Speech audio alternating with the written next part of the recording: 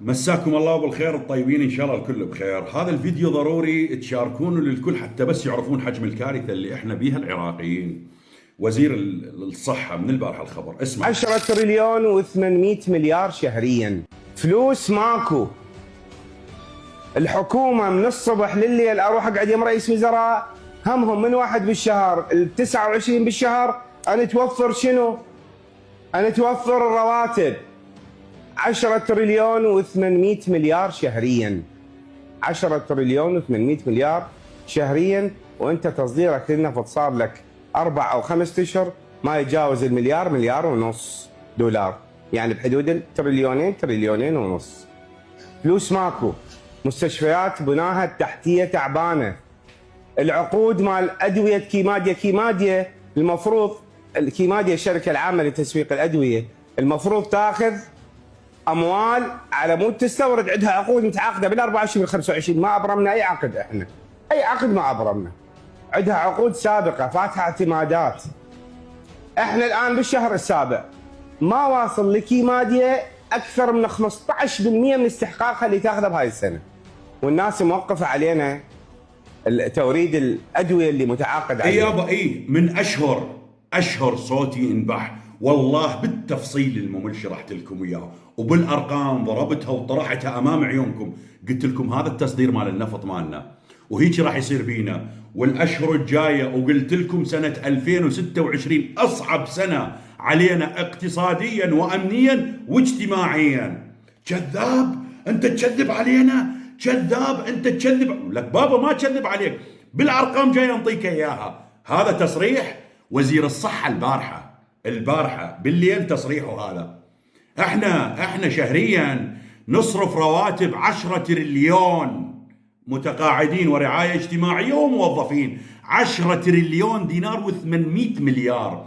10 تريليون و800 مليار اضربها في 12 يطلع المبلغ الآتي، هذا اللي تشوفونه أمامكم، 129 تريليون و600 مليار. زين، 129 تريليون و600 مليار حولها على الدولار بسعر اليوم، حولها على الدولار، يطلع احنا بالسنة مطلوب من عندنا فقط رواتب من مددين عليها، نروح ما عاد منين نجيبها، نبوق نجيبها شلون ما اعرف، يطلع علينا مثل ما جاي يشوفون بالصورة 98 مليار دولار و959 مليون، يعني شيء على شيء 99 مليار 99 مليار. زين، احنا 99 مليار، احنا صادراتنا مال النفط هاي الست اشهر اللي مضت، اول 6 اشهر من 2026 صادراتنا من النفط، لان احنا ما عندنا غير النفط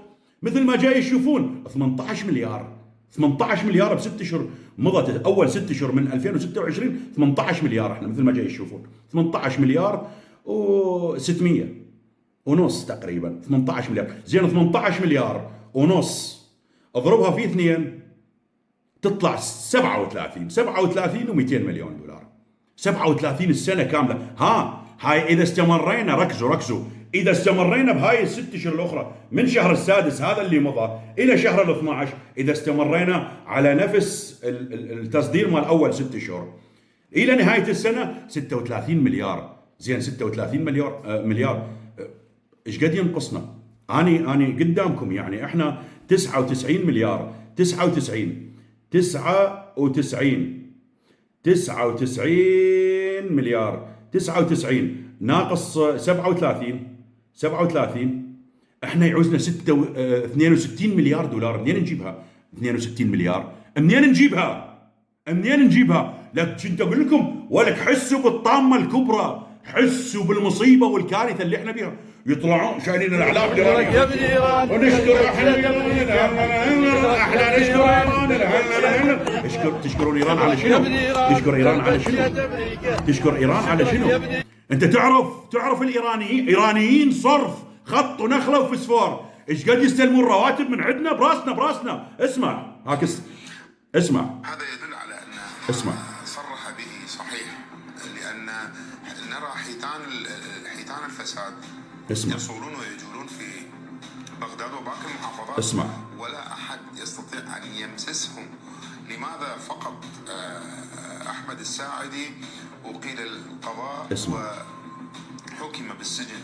لأنه صرح بأرقام مخيفة وبنسب فساد عالية، وصرح هو، يعني هذا التصريح الأول الذي صدر من السيد أحمد الساعدي بأن هناك كذا مليون إيراني، وحددهم بأنهم جنسيتهم إيرانية يتقاضون رواتب من دائرة التقاعد في بغداد. الآن إيرانيين، كلهم إيرانيين، كذا مليون إيراني يستلمون تقاعدات من العراق. إن الحين الإيران نشكر إيران، زفر. تشكر إيران على شنو؟ ولك إيران راكبتك ركوب، فلوسنا كلها عند إيران، ولك أفلسنا، مصت دمنا انمص من إيران. أحمر كديش أهرم، كل فلوسنا رايحة لإيران. متنا من الجوع، كهرباء ما عندنا، مي ما عندنا، صحة ما عندنا، تعليم ما عندنا، كل شيء ما عندنا. وهذا شفتوه وزير الصحة البارحة بالليل، شفتوه كلكم يقول لك ما عندنا حتى أدوية، ما راح نقدر نشتري أدوية، ما عندنا فلوس. منين نجيب؟ منين فلوس؟ مطلوب من عندنا بالشهر الواحد 10 مليار و800 مليار، 10 تريليون و800 مليار رواتب. منين نجيب؟ ما عندنا. اصحوا على نفسكم قسما برب الكعبة، مثل ما قلت لكم من أشهر وشرحت لكم إياها بالأرقام شرحت لكم إياها. قلت لكم أصعب سنة راح تمر عليكم من 2003 إلى حد هاي اللحظة هي 2026، اقتصاديا وأمنيا واجتماعيا راح تشوفون الويل. يعني كل اللي راح بكم 12 و11 و12 و13 هذول اللي كل هاي السوالف اللي هذه كلها بسيطة مقارنة باللي جايكم.